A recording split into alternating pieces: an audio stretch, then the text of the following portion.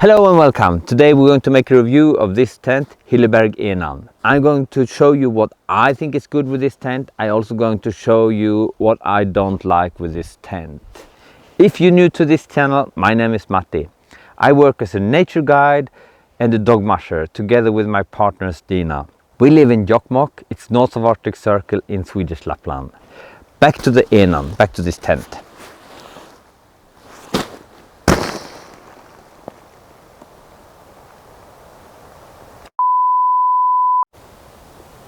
I took the wrong tent.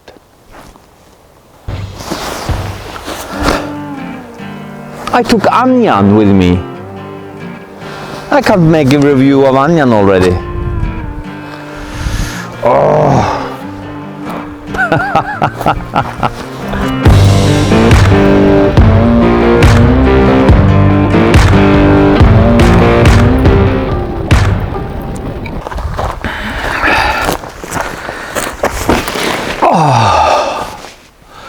So now I'm back again, and when I made military service, our officer always told us to be in the right place with the right equipment.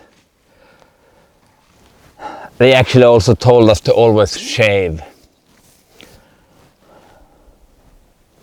I didn't learn so much from military service. Anyway, Hilleberg Enan was a tent that was wrong, so now we don't talk about that now.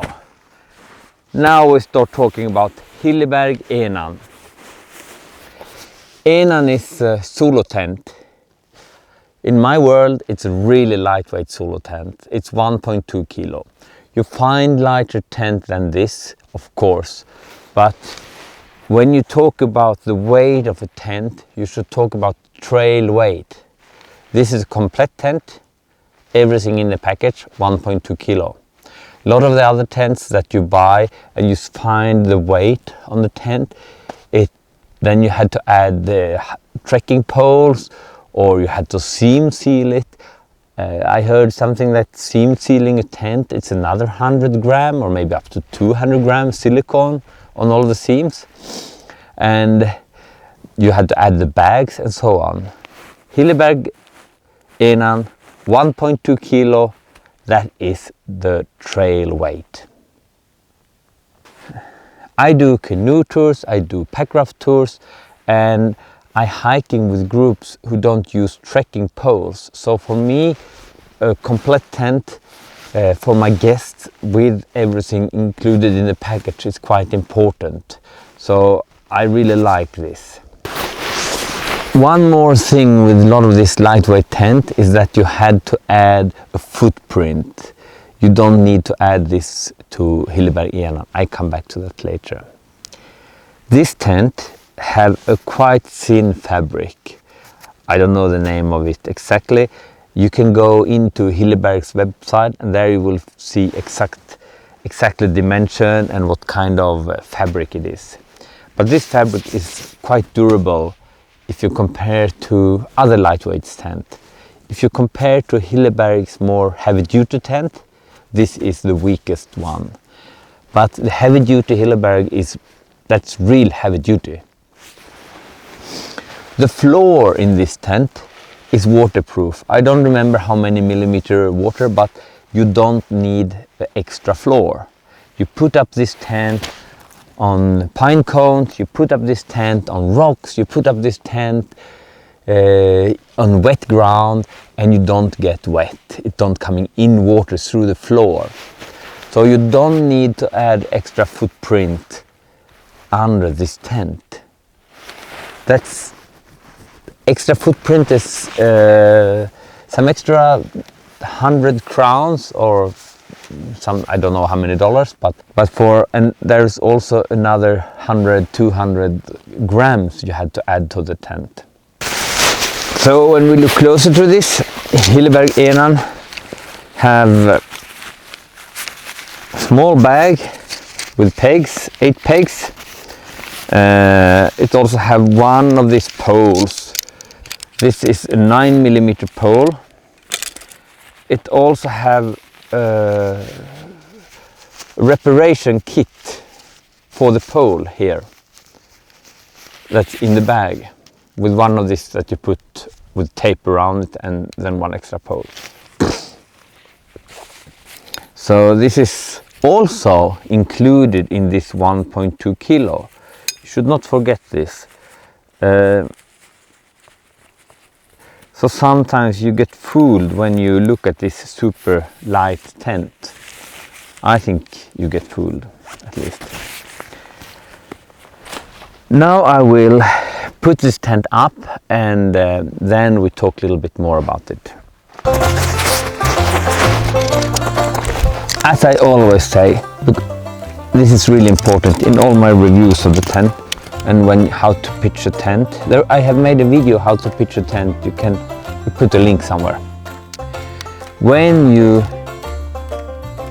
connect this, you should be a little bit careful, because that makes this living longer. This had to be closed. It should not be like this, not a gap. Closed, closed. When the tent gets older, you sometimes have to take out and make this rubber a little bit shorter, because this rubber gets tired after a while. But that's easy, or you can actually exchange this rubber. You have to do it sometimes, especially with the tent that you use in the winter time when it's cold.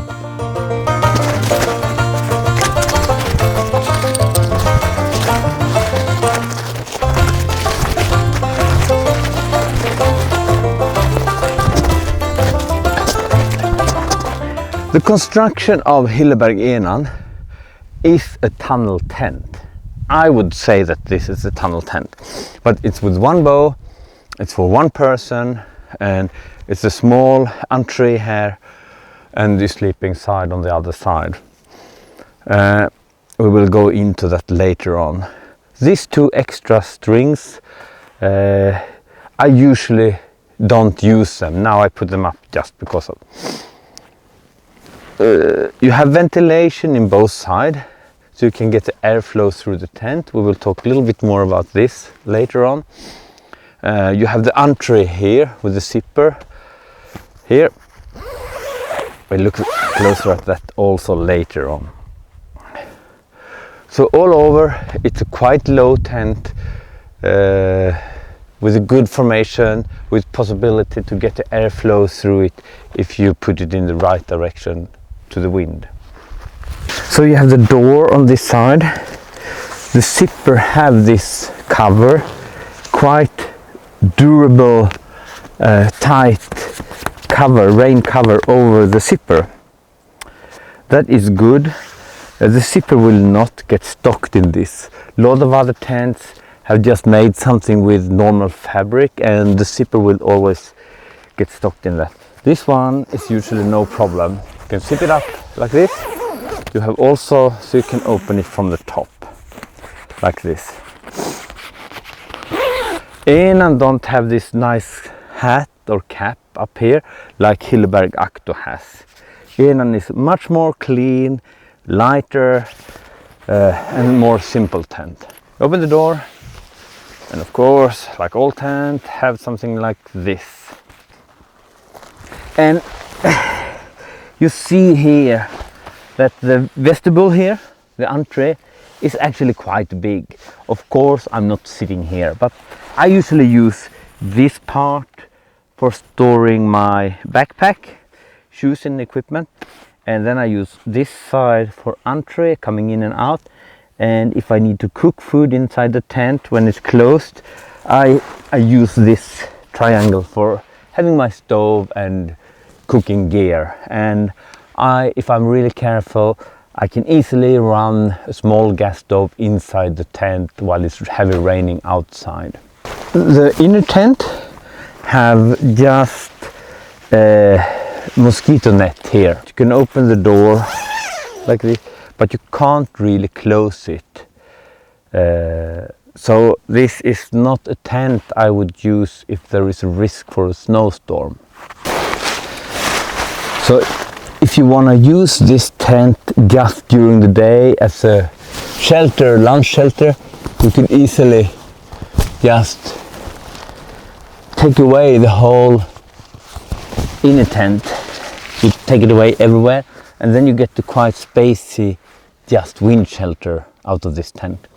So I have been 3 person in a similar size in a Hilleberg Akto when we took away this, and this is quite similar size as the Akto. So it's useful even as just a shelter if you don't need the inner tent. I always complain at Hilleberg because they have so few pockets.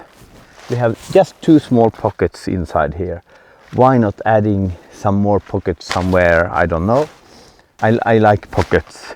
It's easy to put glasses, telephones and whatever into this. But if you add more things, the weight goes up. I'm 172 centimeter long, and if I'm sitting here without the isomat, without this air mat, if I'm stretching, I can reach the roof a little bit. But it's not a problem for me, because when I'm in the tent, I'm usually sitting quite low, or I'm laying quite low like this. And I fit very well into this tent with me and 1 dog. Now my dog is a little bit smaller. Annie is 17 kilos, something like that. The small border collie that usually follow me. So I wouldn't bring this tent if I'm going to camp with 1 or 2 bigger dogs. Then this is maybe a little bit too small. So Stina thinks that this is a little bit too small for her and Johnny when she goes out. So she prefers Hilleberg Soulo. It's a little bit bigger than this actually. Of course you can add a small string here where you can hang things, but a lamp or whatever. It's very long.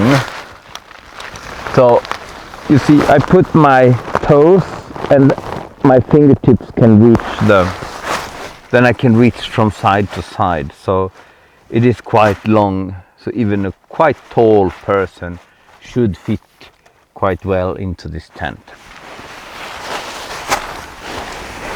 If you look here,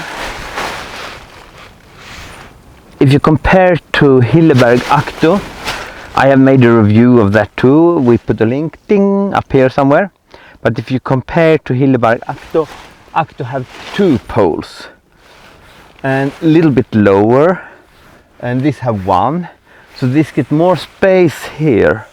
I really like this very much, this way of construction. We're going outside and look from outside later on. Then we had to talk about the construction here and the ventilation. There is a small fiberglass stick here or something that keep it up here. And then this whole thing is ventilation. If you go inside, there is a small pocket up here. So I actually can close the whole side here if I want. So if I get heavy wind, if I get heavy wind or drifting snow, or if I get heavy rain coming this way, I had to close this tent on one side, and then I'm out of ventilation. I always try to keep as much ventilation open as possible on all my tents. If I get cold, I never close the ventilation. If I get cold, I dress on or get a better sleeping bag. Closed ventilation give you problem with condense. So when we talk about ventilation, when I put up this tent, I always want the air to go so or so in one direction. Because if I get the air like this, small wind, the wind goes in here and goes out and bring out all the condense, all the humid air. And then I get much less condensation. When the temperature drop, you get condensation in all tents.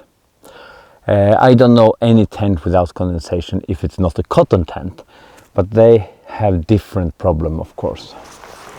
I also try to keep this entry open as much as possible, because you have some wet ground sometimes if it's ever raining, and this goes up as condensation too. Sometimes I even sleep with this open if I don't expect it to start raining. When you're cooking, you can open it like this and get some ventilation here also from the top here. I always get a lot of questions and comments on the videos when I'm talking about tents, because I don't use the footprints. I know a lot of you guys like footprints, and if you do that, continue using them, of course. I don't use them. I have used Hilleberg tents since 1989, and until today I haven't get a single hole in my floor. Of course, my oldest tent I had them for 10, 15, 20 years maybe, but they are used by many different people during the tours and in quite rough terrain up here, but maybe there is different circumstances where you're camping, so if you like footprints, continue do that. For me, it's too much weight and it's not necessary.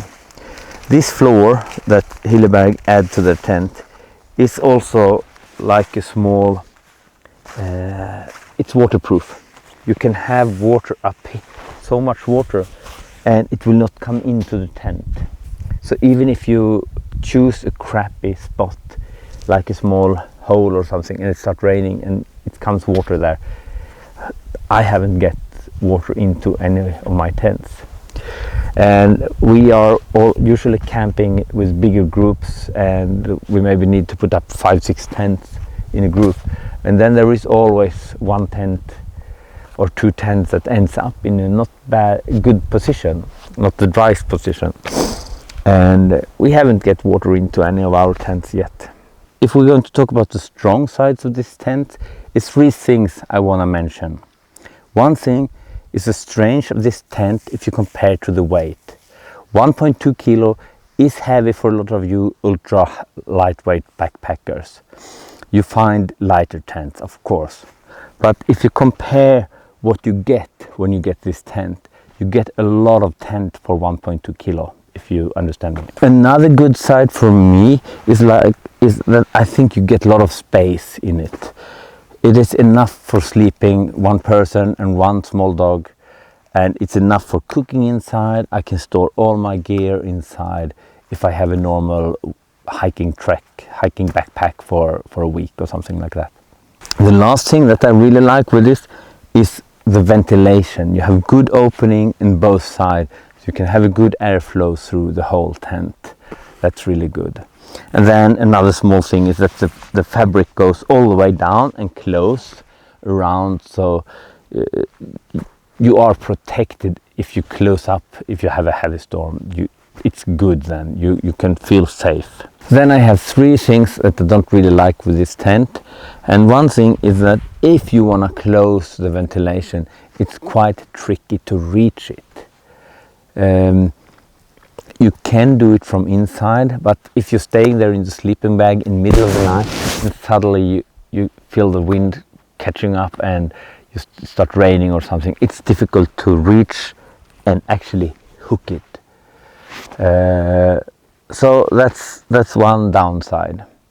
Another downside is that you can't sit inside and keep it a little bit open, and you can't sit there and looking out if it's bad weather.